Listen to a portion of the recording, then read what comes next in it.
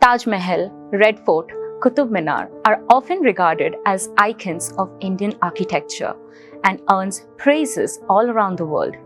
But today, I'll show you an architectural beauty which is equally beautiful but often ignored.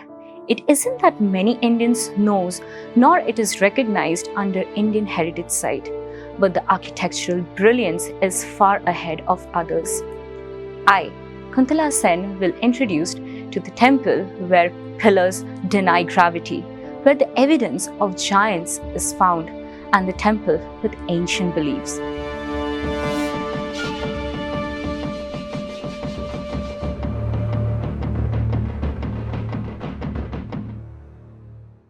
In Anantapur district of Andhra Pradesh lies a small village named Lepakshi. There's a very interesting story on how the place gained its name from the renowned Hindu epic Ramayana, when the demon king Ravana abducted Ma Sita from Pushpaka Vimana.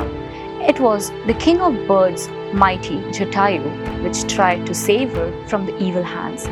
Unfortunately, in the battle, Jatayu lost its wing and fell on the ground.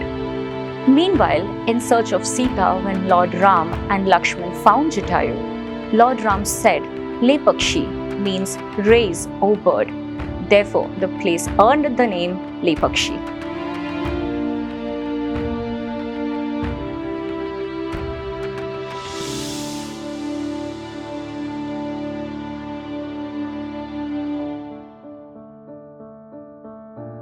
The main attraction of the Lepakshi is the temple of Lord Veerabhadraswamy.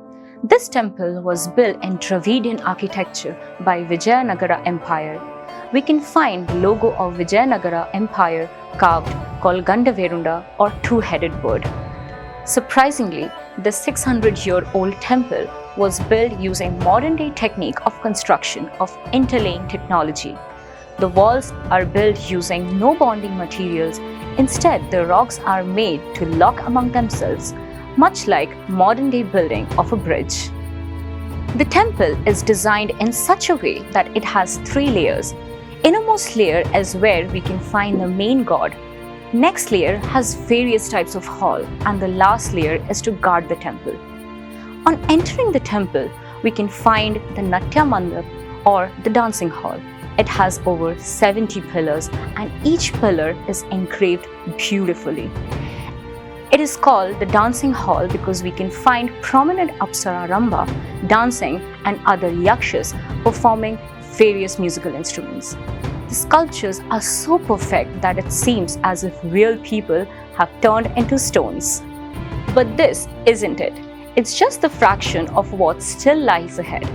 What if I tell you that a pillar of over 20 feet and weighing over 2 tons hangs in the air? It might surprise you, but the fact is this miraculous pillar floats 1 inch above the floor. To demonstrate it, we insert a cloth beneath the pillar. It moved swiftly. But what is the reason behind this miracle? Over 100 years ago, the same mystery amazed a British officer named Hamilton. So he inserted a crowbar under the pillar and he tried to move it. The moment he did so, the entire temple began to shake and the other pillars also began to move from their original position. Fearing what would happen next, Hamilton stopped the experiment. The damage he did can still be found as few of the pillars have moved from its original position and the hanging pillar is tilted a bit, which makes it to the contact the ground at one end. Later, he concluded that the entire temple resting on the pillar and altering it would collapse the entire temple.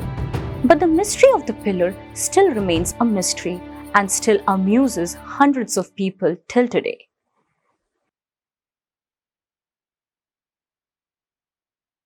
The inner layer of temple called Mahamantap, where we can find the main god called Veerabhadraswamy. It is believed to be self-manifested idol. Along with it, we can find 3 other lingas, one installed by Agastya Rishi, 2 by Lord Rama, another by Lord Hanuman, which is believed to be over 3000 years old. Discovering the importance of the place, the royal treasurer of Vijayanagara Empire, Virupanna, along with his brother Veeranna, hired sculptors Hampanna and Jakanna under the guidance of then King Achyutadevaraya, began to build this beautiful temple in 1522. Post constructing Natya Mantapa or the dancing hall, he decided to construct marriage hall known as Kalyana Mandap, which showed how marriage of the Lord Shiva and Ma Parvati had happened on each of the pillars. But it couldn't be completed. There's an interesting story behind it. It is believed during the construction of the monument, few courtiers wrongly accused Virupanna as he is misusing the royal treasure in the name of construction. Influenced by their words, without any investigation, the king ordered that Virupanna has to be blinded. Upon learning about the matter, Virupanna was disappointed. Virupanna, being loyal to his highness, plucked his eyes and threw it over the wall. It is still believed the blood stains are still visible on the wall. Therefore, the construction of this magnificent beauty came to an end after 16 years. What I'm saying isn't from any folk tales. The story behind the construction and its decline is being engraved on a nearby rock by the same architects who built this temple.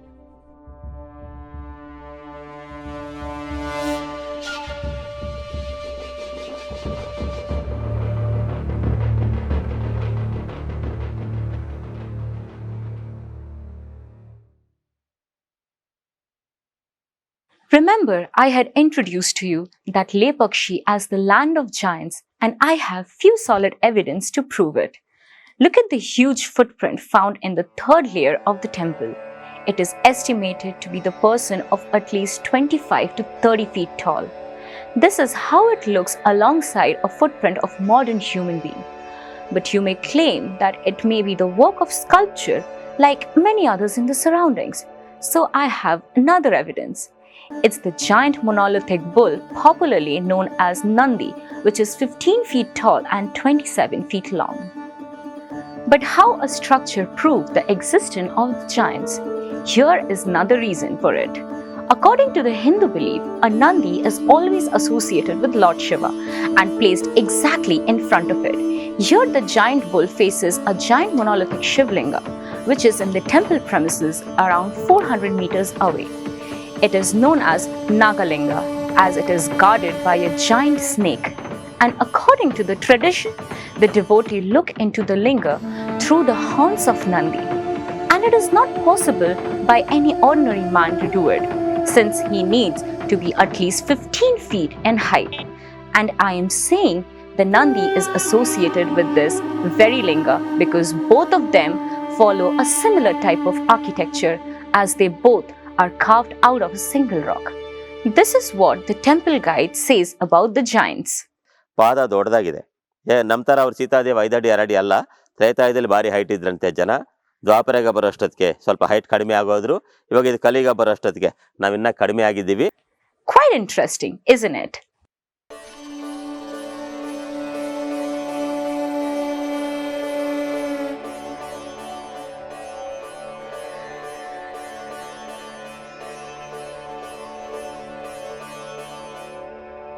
Probably you might be amazed seeing this heritage, but day by day it's ruining.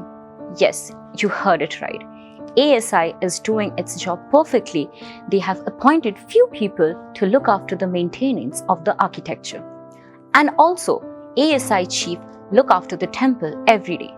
But for your information, I want to let you know that the temple is under Muzra Ilaka, which means all the funds for the temple which devotees donate directly goes to the government, which means government is dictating and interfering in all the rituals and traditions. Therefore, there are hardly any chances for the growth of several temples like this, both economically and culturally. So I'm going to conclude this program by saying, please support us to save Hindu temples. Thank you.